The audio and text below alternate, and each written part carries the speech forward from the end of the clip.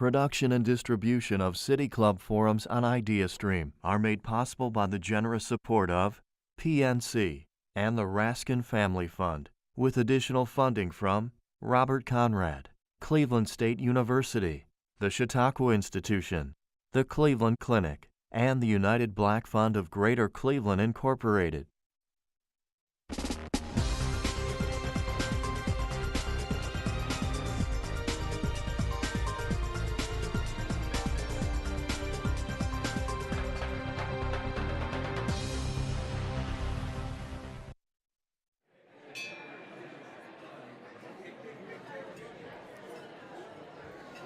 Good afternoon and welcome to the City Club of Cleveland. I'm Adora Ezepoy, a sophomore at Campus International High School. It is my pleasure to introduce today's State of Liberty Forum featuring Felton Thomas Jr., Executive Director and CEO of the Cleveland Public Library. Last year I had the opportunity to read several novels, but the one that stood out to me was The Hate You Give by Angie Thomas. It was a very monumental book for me, as it shared the story of many people who often go unheard. The Cleveland Public Library gave me the opportunity of a lifetime to meet the author, with a special panel discussion and a private reading of her most recent novel. During her workshop, there was a seminar where multiple students discussed their take on the book. Cleveland Public Library has been the root cause of my love for literature. I remember going to the library after schools and on weekends to indulge in the many new pieces of literature that they have. The array of books did and still does fascinate me to this day. This year, the Cleveland Public Library celebrates 150 years of service to the city of Cleveland as a People's University. The library has come a long way from its humble beginnings in 1869, from a single room with fewer than 6,000 books to a main library campus with 27 branches, millions of books, and countless of other resources. How did we get here? What's in store for the next 150 years? Today, we'll find out. A native of Las Vegas, Mr. Thomas has had a passion for libraries since his youth. At age 13, he became the youngest employee in Las Vegas Clark County Library District history, when a librarian noticed his enthusiasm and love for literature and encouraged him to become a page. 30 years later, he is the executive director and CEO of the Cleveland Public Library. For the last decade, he has positioned the library as a community deficit fighter and launched initiatives aimed at addressing community needs in the areas of technology, education, and economic development.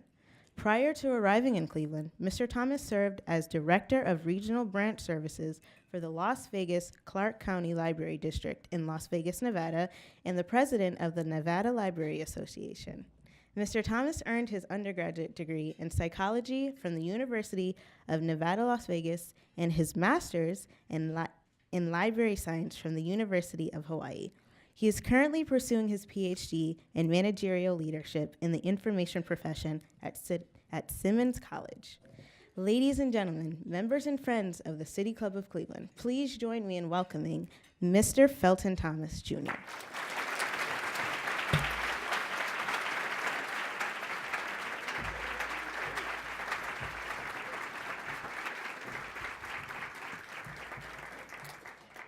Well, good afternoon, everyone.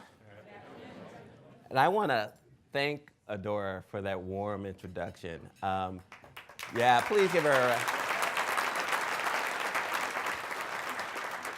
Too often we hear about all of the negative stories about our young people, but very rarely do we hear such great stories or see our young people doing this and be able to uplift them. I want to thank Robin for giving Adora the opportunity to do the speech because we want to uplift our young people. And Adora is a great example of that.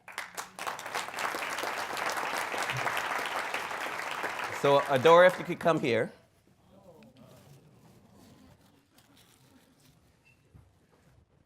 If you can give that. Thank you so much. That's for your teacher and for your mom who's here with you.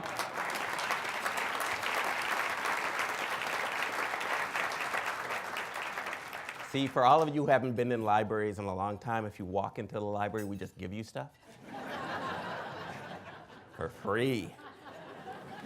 I also want to thank CEO Eric Gordon for being here as well and letting Adora come here on or get free from her day. Thank you, Eric, for letting Adora come here today. So the library and the Cleveland Metropolitan School District share a very interesting history.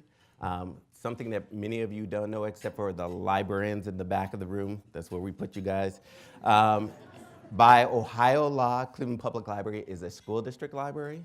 So our original name was the Public School Library from 1869 to 1883. We didn't officially change our names until then to the Cleveland Public Library. See, if you hang around with librarians, you learn something every day. So Adora's story is a perfect example of what happens every day at the Cleveland Public Library. And our mission is to be the center of learning for a diverse and inclusive community. Her journey started with a book, as often many of our stories do, but expanded into a transformational experience. For Adora, it was Angie Thomas' The Hate You Give. The library and CMSD partnered to provide students like Adora access to learning experience that students don't often get a chance to have. Once again, it started with a book and a partnership between the library and Campus International. But as Adora's teacher, Charles Ellenbogen, said, it became a moment of unity for that learning community at the school.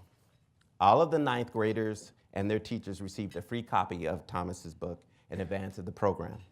Campus International didn't just put out or pass out the books.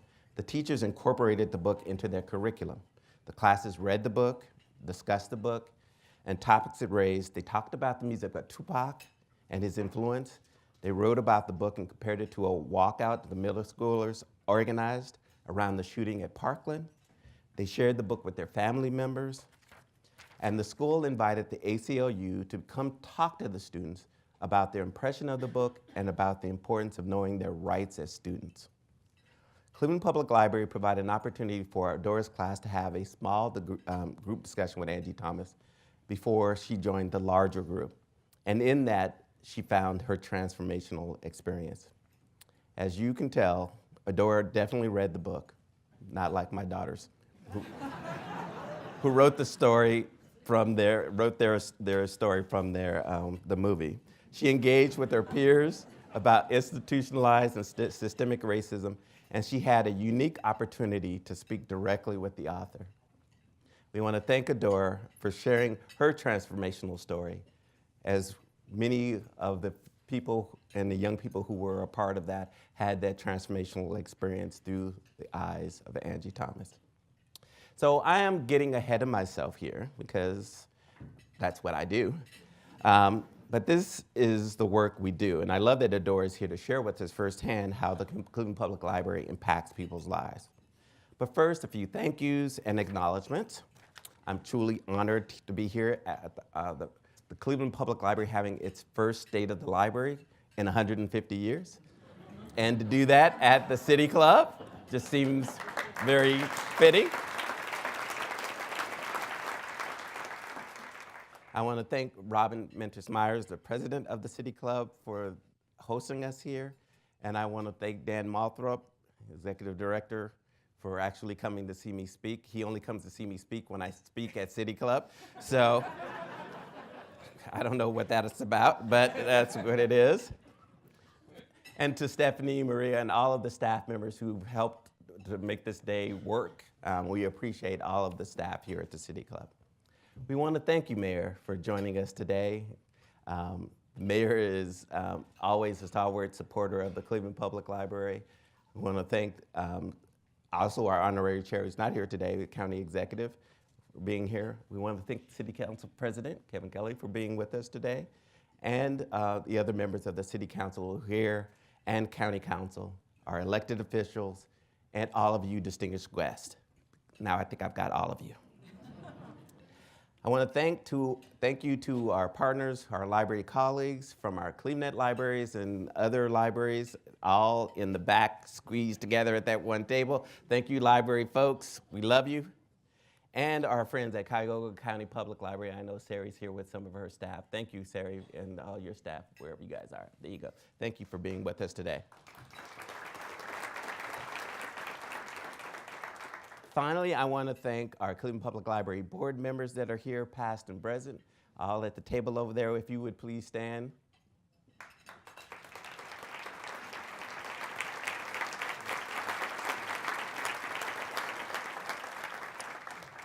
All righty, so I have been in your seats many times, and I've only had the great opportunity to be up here a few times, but when I'm up here, I'm never alone, because I stand on the shoulders of the thousands of Cleveland Public Library staff members and the 13 library directors who came before me. I stand here today on behalf of the board of directors, our 750 staff, and our patrons who live and breathe the Cleveland Public Library every day. So to our staff who are here today, and many staff who are tuning in across our 27 branches and our 2 downtown buildings, I have just one thing to say to you. Get back to work. No, just kidding.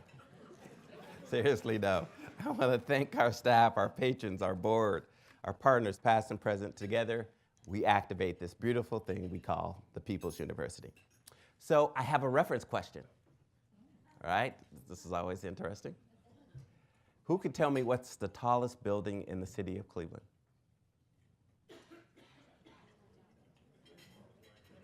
All right, there you go. There's always one person who knows the old library joke. Always the tallest city is the library because we have the most stories.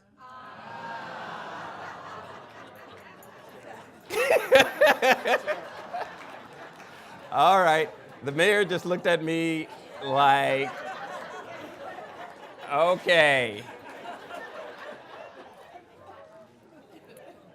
So, but I tell that joke as a precursor because the library is about stories, and I'm going to tell a lot of stories, transformational stories about people who have transformed our libraries, and stories about folks we've helped to transform. So with that, no more dumb old library jokes. So the Cleveland Public Library story is a story of a valued community asset now and into the future. But more importantly, it's the story of the people of the People's University, not the statistics. Because the statistics don't define the organization, they don't shape a city. And as the mayor has said so many times, it's the people who shape this great city we live in. So let's go back to our past. Let's talk about the beginnings. As Adora said, we began in 1869 in a small 80 by 20 space with 5,800 books on the 3rd floor of the Northrop and Harrington block on Superior Avenue. From these humble beginnings, we initiated a rich narrative of a progressive, service-oriented library. A library committed to creating connections and to providing greater Clevelanders access, not just to the materials, programs, and services of the library, but connecting patrons with ideas, skills, knowledge, and culture. So let's talk about the great librarians of the past in Cleveland Public Library history. William Howard Brett, firmly believed to be the greatest librarian in Cleveland Public Library history. I don't have a lot to say about that, but one day, changes how people access books at the library when he opens the shelves to the public in 1890. He is the first head of a major public library to do this. So beforehand, anytime anybody walked into a library, they would basically have to just bring the name of the title to a librarian. The librarian would then go and get the book because as librarians, we didn't trust patrons. We didn't trust you guys. But William Howard Brett realized that our library was of the people and for the people. And so he started the process of having books in places where people could just walk straight up to them and get them. Brett also changes where patrons can access the library materials by creating a stations department in 1901. Stations that started in places such as department stores, fire stations, telephone offices. Patients in hospitals, inmates in institutions, and social agency staff are served by stations.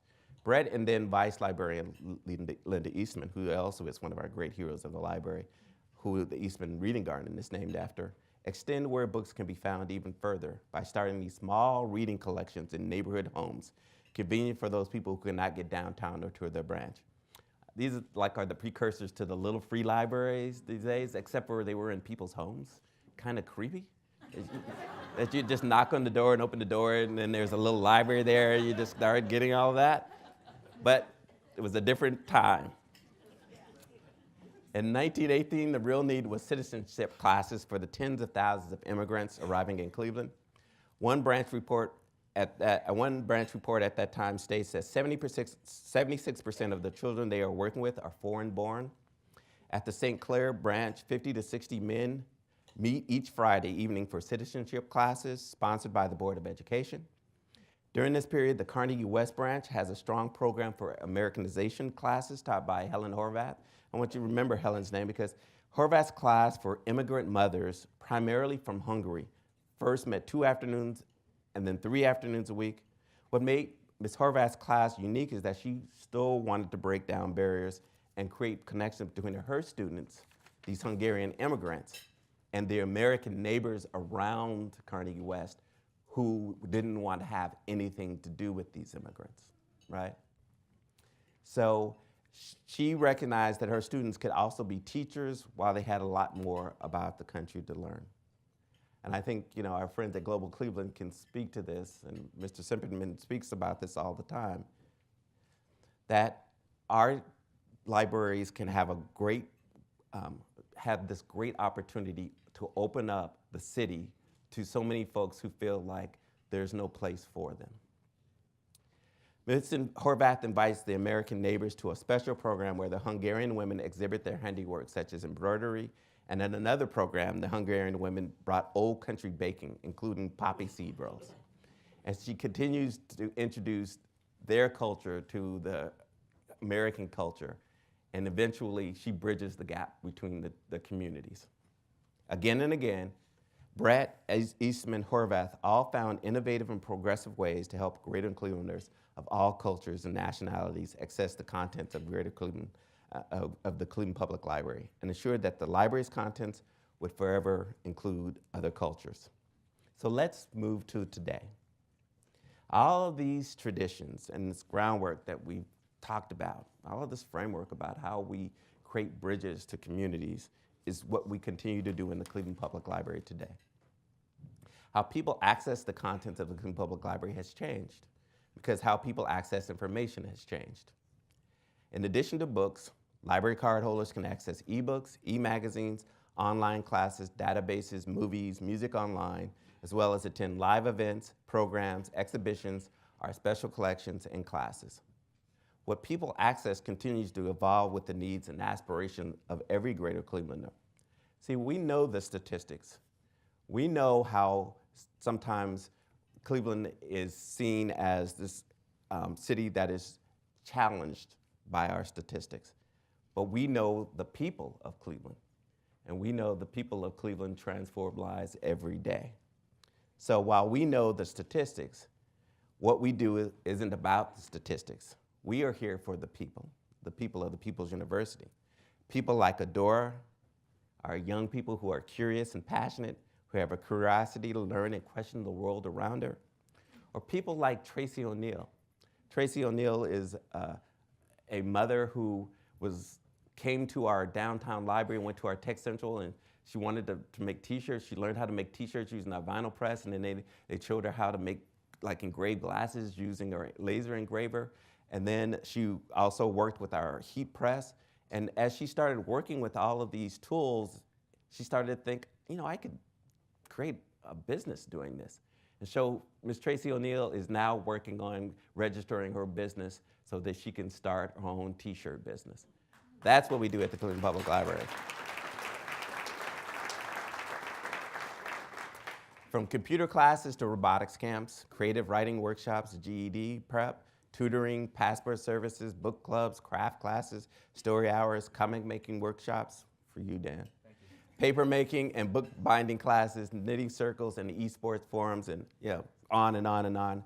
Our dedicated staff and our 27 branches and 2 downtown buildings know and evolve with the people we serve.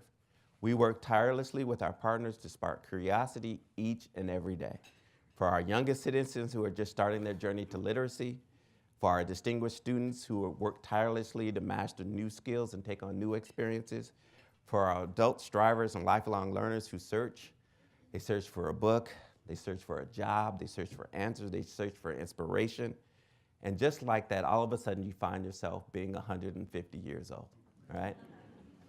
while we don't look a year past 100, in this, our 150th year, we are taking a moment to celebrate with the greater Cleveland community, a community who so generously supported us through a tax levy that takes effect beginning this year.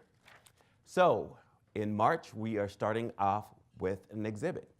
Now, we want to thank all of you who came 3 years ago to our Shakespeare exhibit, and 2 years ago to our Superman exhibit, and last year to our wonderful front exhibit. But this year, we're really excited to announce it's World of Puppetry, a global exhibit that provides traditional and modern puppets from every corner of the world, including there will be puppets from local favorite show Hickory Hideout, and from Sesame Street. You'll have a certain green, very grouchy character that looks very similar to Dan Mothorpe. Just saying. You should come see me speak more, Dan. So, in July, we're shutting down the streets for our CPL 150 Street Festival on July 27th with family-friendly fun for all ages, including stories, activities, and craft for kids, puppet shows, live music, and more. Many of our local branches throughout the city will be closed, and so we will be having shuttle buses that will go out to all our branches and bring folks downtown for this great day. We're really excited about that. Very also excited about our first ever book ball gala being put on by our Cleveland Public Library Foundation on November 16th with local, regional, and national authors throughout the country who will be here for that. And then we'll announce on National Library Week our Writers and Readers series, who the authors will be for that. And like my staff told me, if I even mentioned one name, they would stab me. So I will not do that, but it's going to be great. And then we end in January 2020 honoring 150 everyday Clevelanders who make a difference in their own neighborhoods, families, and libraries as part of our annual Dr. Martin Luther King Day commemoration. So if you are excited about finding out more about the programs we're going to have throughout the year, we have cards on our informational table. You'll be able to put your name in and we'll get a hold of you and we'll continue to haunt you with more emails and stuff that we do, because that's what we do. But we cannot rest. We must look to our future and starting our course for the next 150 years. So let's talk about the future. The future is built on three things: places, programs, and people, right? We start by fulfilling on our promise we made to Clevelanders after passing the tax levy to support us to reimagine the spaces we have in each of our 27 branches. That means that we're going to make a major financial commitment to touch every one of our libraries. Now, we have been in the communities doing what we call our first phase of the process, our safe, warm, and dry, and touching all of our libraries. But we aesthetically will change the experience and the environment in every one of our branches. And we make that commitment with all of our council folks in the room, knowing that we have made a commitment, and especially to the mayor, to make sure that Cleveland has some of the best libraries in the country, if not the best libraries in the country.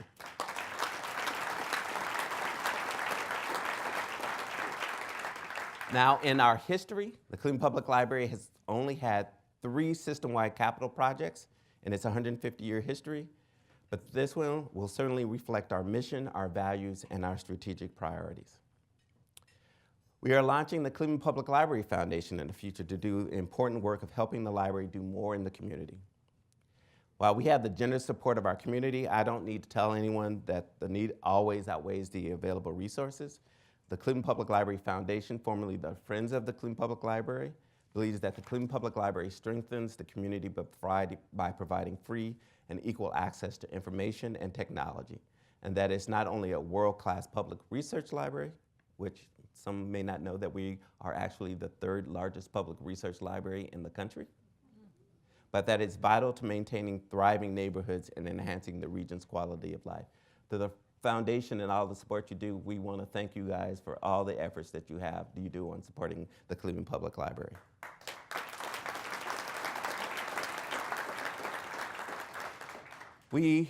As we talk about our programs, we're re-envisioning how we carry out our mission to best serve our community's evolving needs and aspirations, become the best 21st century library for the city of Cleveland.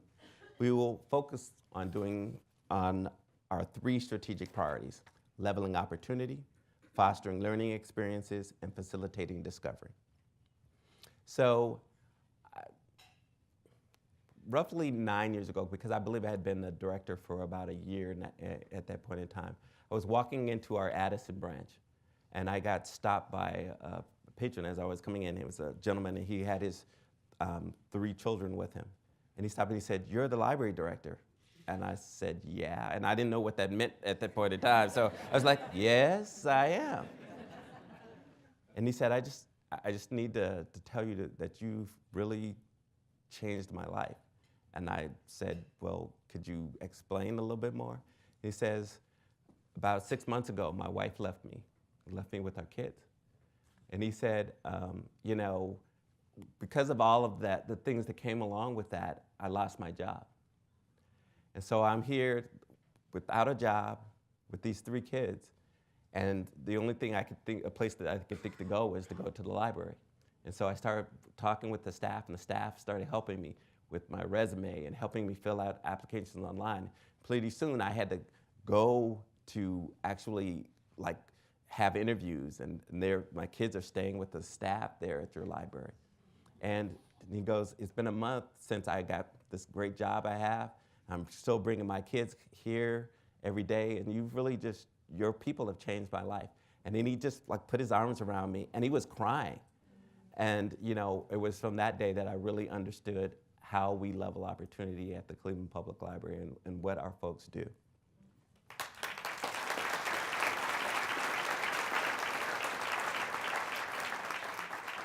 So, with the folks of United Way and John and Corlett and all of the folks who understand the statistics and the challenges that we face in this city, we are dedicated to leveling opportunity. That's why we partner with the Greater Cleveland Food Bank. That's why we partner with the Legal Aid Society. That's why we partner with the county and Ohio Means Jobs, with the county public library, to make sure that hundreds of people have access to libraries. That's why we're so happy of the efforts of Say Yes to Education have been approved. We can give that a big round of applause.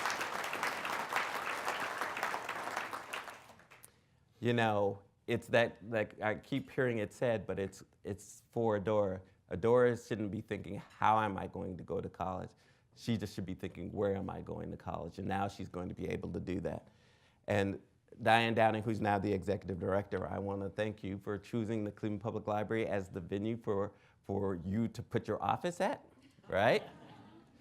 We believe the Say Yes and our staff working together, that it will be, unique synergies that we'll have together to work on how we better the young people in the city of Cleveland. So, to really put our money where our mouth is, to demonstrate our commitment to leveling opportunity, I am proud to announce today that last Thursday, our Board of Trustees passed a resolution that approves Cleveland Public Library to go fine-free.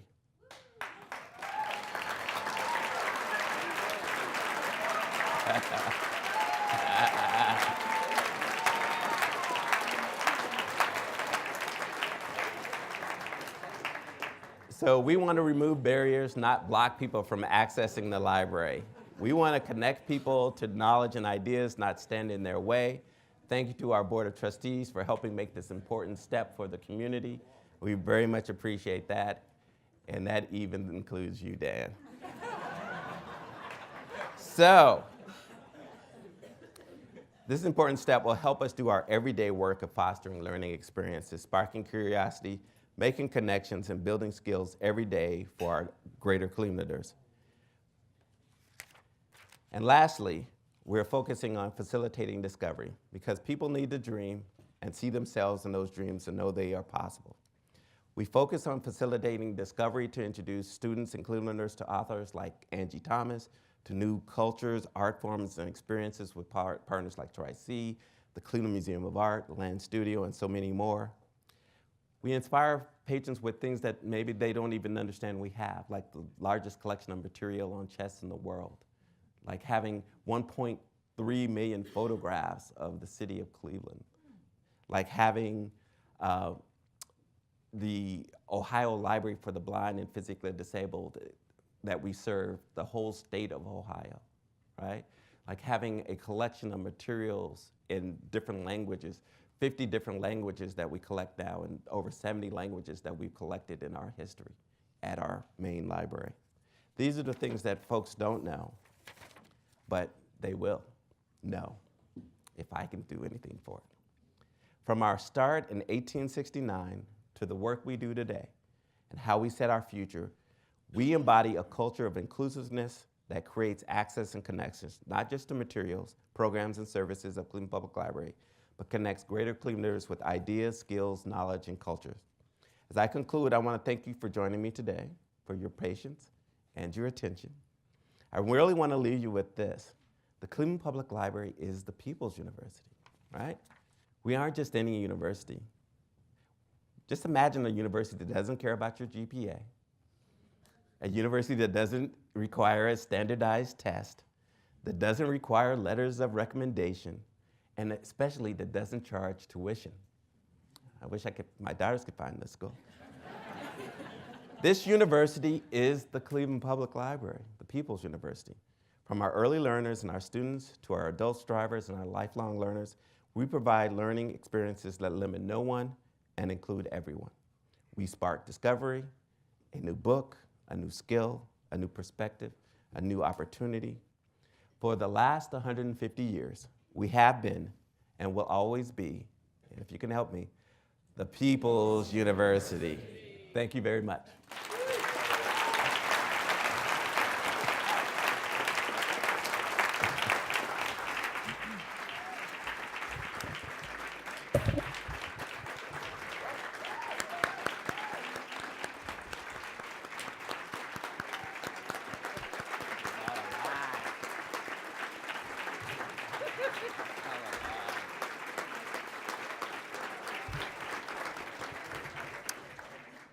I'm Robin Minter-Smyers, president of the City Club's Board of Directors, and today we are listening to a forum with Felton Thomas Jr., executive director and CEO of the Cleveland Public Library.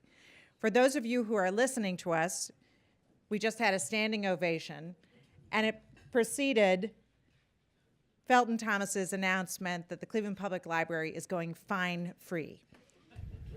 We're about to begin the audience Q&A today, and we welcome questions from everyone, City Club members, guests, students, or those of you joining us via our live stream. If you'd like to tweet a question, please tweet it at the City Club, and our staff will try to work it into the program. Holding the microphones today are Director of Programming, Stephanie Jansky, and City Club intern, Emilio Ursania. May we have the first question, please? Good afternoon. I want to thank you, Felton, for your wonderful work. I really appreciated your presentation. You probably know I'm on the State Board of Education, and one of the concerns that have been expressed to me by a number of my constituents is the closing of school libraries, not only in Cleveland, Cuyahoga County, but all over the country. And this is really devastating to a number of students. There's places where librarians are being replaced by teachers, as if you don't need any special skills to be a librarian. And I'm concerned along with many, many people. So I just want to get your thoughts on these funding cuts to close libraries, as if libraries are not important. Yeah, one of the things that has really hurt our school librarians is the fact that the other librarians have been so attacked in their funding, whether public libraries or academic libraries, that no one's been able to rush to help the school librarians. So the school librarians have been kind of left on their own. And in many of the cities that they're being cut from, the budgets are just being decimated. What we do know is that schools with school librarians or school media specialists do better than other schools. it's demonstrated in scoring. And so having school librarians is important, and we believe in the support. So, you know, in my work with the Public Library Association Board, we've been talking about this for a very long time. It just hasn't got through because everybody else has been worried about themselves. Your library has a wonderful tradition of assisting immigrants. Tell me specifically, what programs do you have in place now to do so? So we're very fortunate to work with Global Cleveland. Global Cleveland comes into our buildings. We also have the program with the refugee program that comes to the Cleveland Public Library. And what we do is they get to come in many cases, to learn about the city, to learn about the United States in a place that is non-threatening, right? And so immigrants have always kind of moved to libraries because libraries generally have like a new citizens program, a way of helping people to get ready for their exams and things of that nature. Just this summer we had a naturalization ceremony in our libraries. So we appreciate our program at Global Cleveland and appreciate continuing that long-term responsibility we have to building cultures. Hey, good afternoon, Director. Hello, Will. All right, this is one of the few times I see you without your trademark hat. So you know, I really appreciate the opportunity to hear from you today. Am I smarter without the hat? No, just say how much I appreciate it. I mean, you're so well known in the community. Only a few more weeks till opening day. Okay. All right, so my question to you. In today's age, there seems as if there is a lot of skepticism when it comes to government institutions and the erosion of public trust. And yet, over the years, the Cleveland Public Library has consistently been an institution of trust and of accessibility. I was wondering if you could talk about how the library has been able to maintain that level of trust and what other institutions may learn from the Cleveland Public Library on how to build and maintain public trust. That's a very good question. I was talking to Dan about this earlier. So I just came from a meeting of the Knight Foundation. And Knight Foundation were all the Knight Ridder publishers. When the libraries, as they've gone around, they put their money into a fund, and they really support journalism and democracy. But they believe libraries are very much a part of that, so they invite us in for a day forum. And in that discussion, their president of the Knight Foundation came out and spoke to us ahead of time, to the library folks, and he said, do not go down our path. He said, journalists got too big in thinking that they would never go away, that what they did would always be needed. And doing that, we stopped thinking about how things were going to change and said, we're going to make things stay the same all the time. And he says, look at where we are now. So he like challenged us to always be innovative and always think through how we're moving forward. And so, but that's what libraries have been doing. Libraries have survived for this line, and when you look at institutions that have a high level of trust, this is like nationwide, libraries are at the top of the list, right? Because we continue to listen to the communities and what they need, and then we change for them, not say this is what we always will be. Felton, thank you for your remarks. Really wonderful, and it's a pleasure for you to serve on our board. We're honored to have you. Thank you. You talked about the capital project that you're undertaking coming up. Of the projects, can you give us a highlight of what's going to happen? New construction, renovation, all of the same? Where are you planting your flag first, and when are we going to see stuff coming out of the ground? So you will start to see some things coming out of ground fairly quickly, because we will be starting to do work on our Martin Luther King Library by the end of the year. So that will be our first building. Yes. We want to really thank our Cleveland Foundation, who gave us the funding to go out and find a nationally known architect to start doing the work on the Martin Luther King Library. And so that work is moving forward. And then we will start to work, and we have been doing interviews in all of our communities to hear back from them on what they want in their communities for their library. Some people have said, do not do anything with our library. We love our library the way it is. We just would like it to be like even better. So, as one woman said, you know, don't go thinking you're going to create some Taj Mahal with my library, right? And I said, no, we're not going to do that. She said, it's fine. Now, you could do something with that meeting room, and you could do something. So we're looking at all of those things for our community, and we're really excited about the work. And so our thing now is to start having those conversations with our council and with the mayor about what does that look on our overall stretch as we go out and start really doing that work.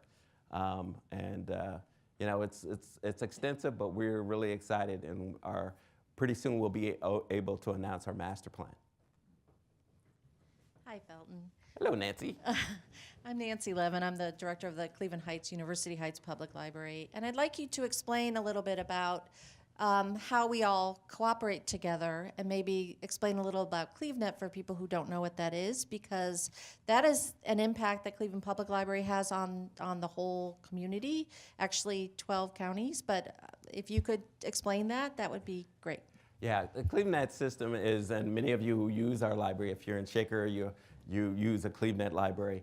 The Cleveland Public Library serves as the foundation for a consortium of 44 library systems, going from, and I see Sandusky there, and then on the other side all the way to nearly in Pennsylvania, you know. And so what we do is to make sure that we keep costs down by, you know, coordinating how we collect books, you know, our ILS system that we use, so that they're all very similar. But even the better part of it is the fact that all the libraries are on talking with each other about how they want to move forward with plans for serving communities, right?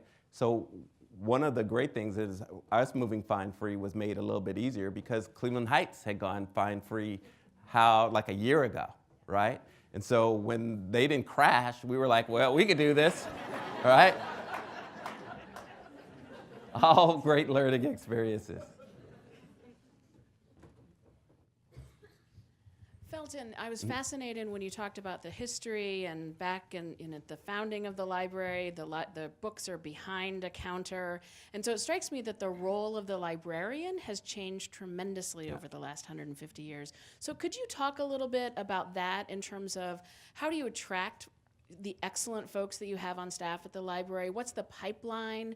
What is the type of education and training and outlook that you're looking for your employees?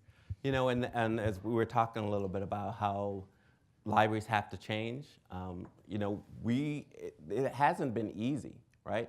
We go from a system in which we are transactionally based in some ways, where people would come up to us and say, I'm looking for this book, and we would go get it and bring it to them, and then they would check it out, to things where we're like, we want to solve poverty, and we want to solve issues about children being hungry, right? So we're thinking about transformation. And it's a very difficult thing to explain to staff. I mean, when I started, I had a staff member who said to me, I didn't get into being a librarian to be a lunch lady, right?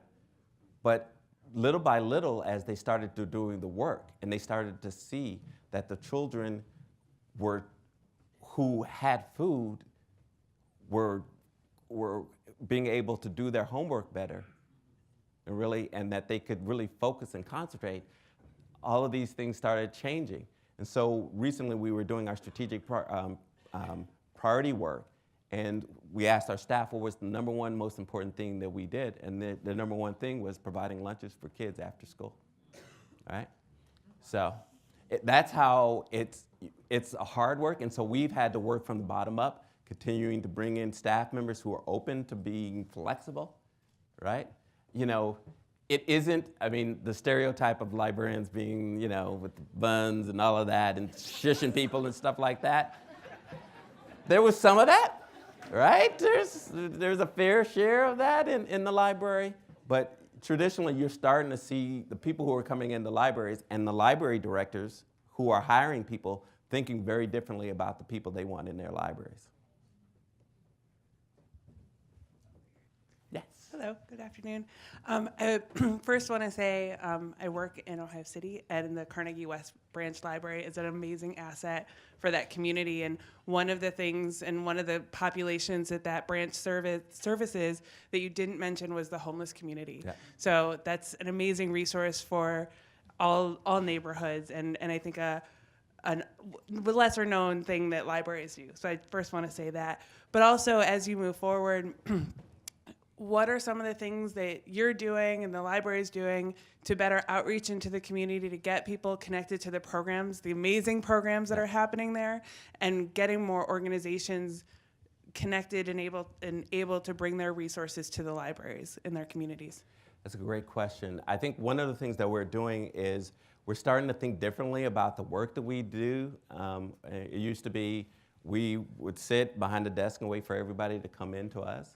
And now it's more about how do we go into the communities and talk to people about what we do. When you talked about kind of the homeless population, I had a great experience recently. I was walking in our main building, and this gentleman stopped me and he said, "You know, I just want to thank you." And he started to pull his jacket aside. I was like, "Oh Lord, what is going to go on?" But he had one of our Wi-Fis that we've been checking out, right?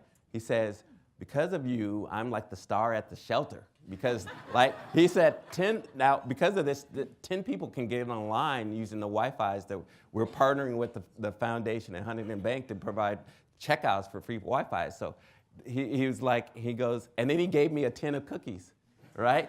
Which I don't know where they came from. But, but it speaks to, it just speaks to the fact that, we can't make determinations about people and what they can do in their lives if we give them the opportunity.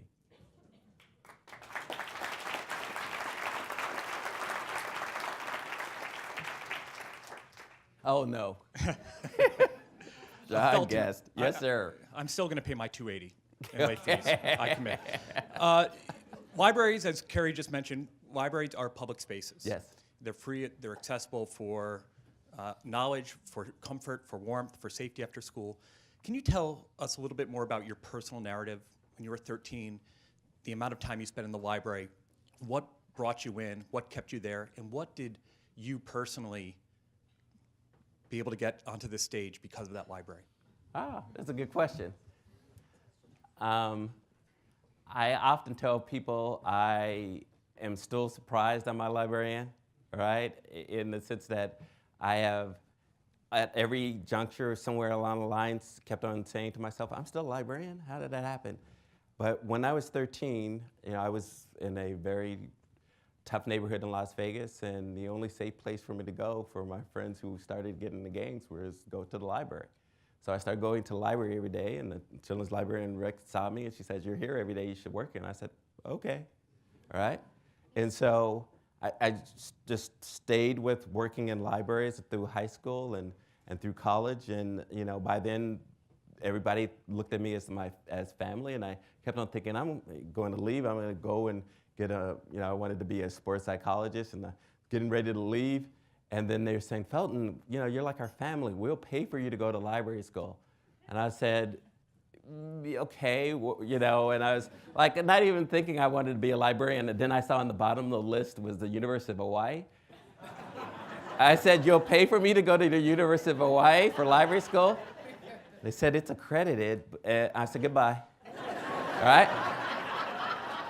And so I ended up going to the University of Hawaii, but I really still didn't. I came back, they gave me a job. I'm like a librarian, everything's great. And I'm still thinking, is this really what I want to do? But what changed is I got a letter from a young man who had been just like me. He started coming down to the library because it was a safe place. And he said he was away at school to be a teacher, and he wanted to come back. Because I ended up coming back to the neighborhood that I had left and being the head librarian there. He said, "I want to come back and be a teacher in the community just like you did. I want to give back. You gave me purpose, and you were a role model even though you didn't know it." And then I recognized what my purpose in life was, and that's how I've been a librarian ever since.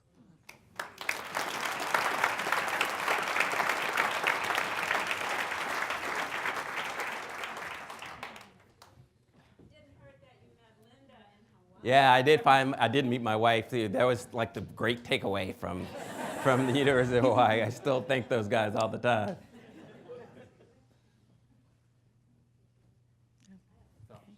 Oh, okay.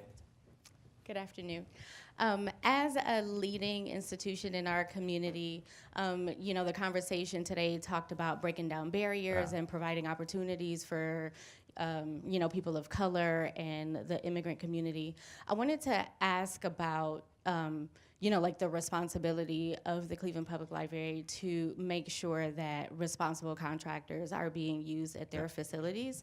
We want to make sure that all people have the opportunity to, make good wages and great benefits. And I wanted to kind of get your take on what, you would be doing, or what the library's responsibility would be in making sure that the contracted, the security particularly is, taking advantage of the opportunities that you provide to the rest of the community in Cleveland. All right, thanks, that's a great question. I think we have a great responsibility in the community as one of those institutions that when we make decisions, if we're going to touch every one of our libraries, right? Every one of our libraries and do work that could be upwards of $100 million.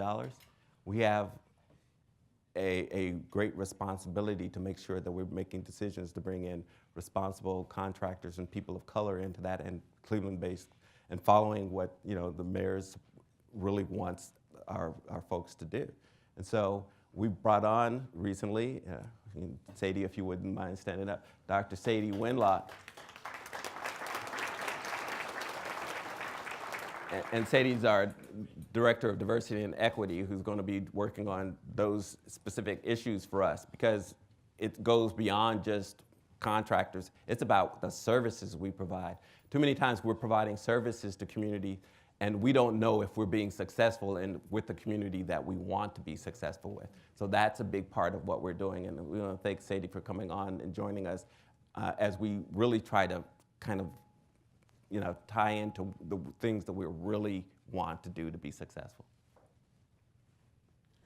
Hey, Felton. Hello, Margaret. Hi. I tweeted out the news about going fine-free, and it's going totally viral. Everybody has a comment, and one of them is, but how will they ensure that people do bring back the borrowed material? And it is a good question, and even you were talking about those Wi-Fi devices. Yes. I mean, you do have a lot of great stuff going out there, so can you talk about that? That's a good question. So fines-free doesn't mean you get to keep the book free, right? So what it does mean is if you keep the book too long, we will still come find you, right? But fines-free, too many young people are blocked from being able to use their card just because they have $20 in fines on their card, right? And too many adults are stopped from being able to use their library card because they have fines. The idea isn't that if you bring the books back, we should stop you forever. I mean, the argument is, how do you teach people lessons about doing that? Well, unfortunately, with too many of our folks in our communities, they learn too many lessons the hard way. And our job is not to be another burden on them. Our job is to make sure they have access to everything they need. Hi, Felton. Oh, okay. Hey, Jessica. Hi. So I'm excited about the fine free also because you were standing next to me when I tried to take out something at the main branch and wasn't allowed to because of my fines. You were blocked. Yeah, I was blocked. That's the way to say it. But blocked. more importantly, I wanted to ask you about what you see the library's role in the regional conversation on racial equity and how you bring that to the community, but also within the library itself. Well, I think one of the things that when we talk about our mission is to be the center of learning for a diverse and inclusive community. We can do a lot more around being the convener in the city of Cleveland. We have 28 libraries across the city in every neighborhood. And our job, I think, is to, in many cases, try to be that space in which these convenings happen and provide them in spaces that allow for people to really be open to having discussions that are, in many cases, honest, more honest than they can have been.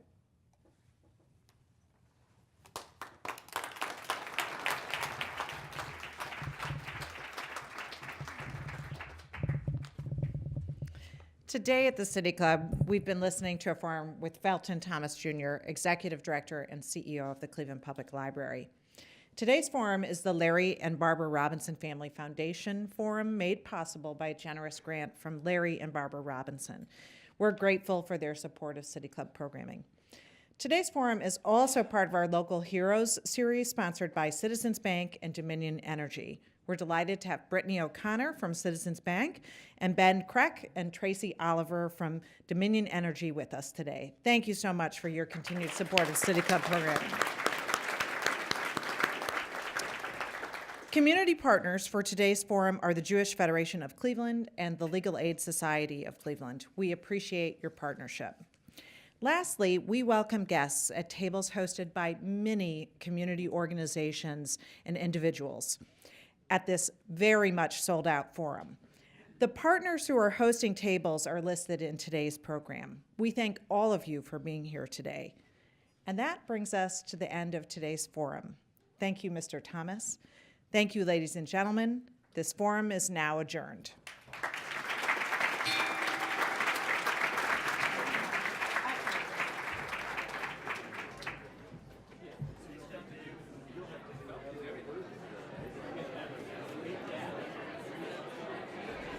For information on upcoming speakers or for podcasts of the City Club, go to cityclub.org.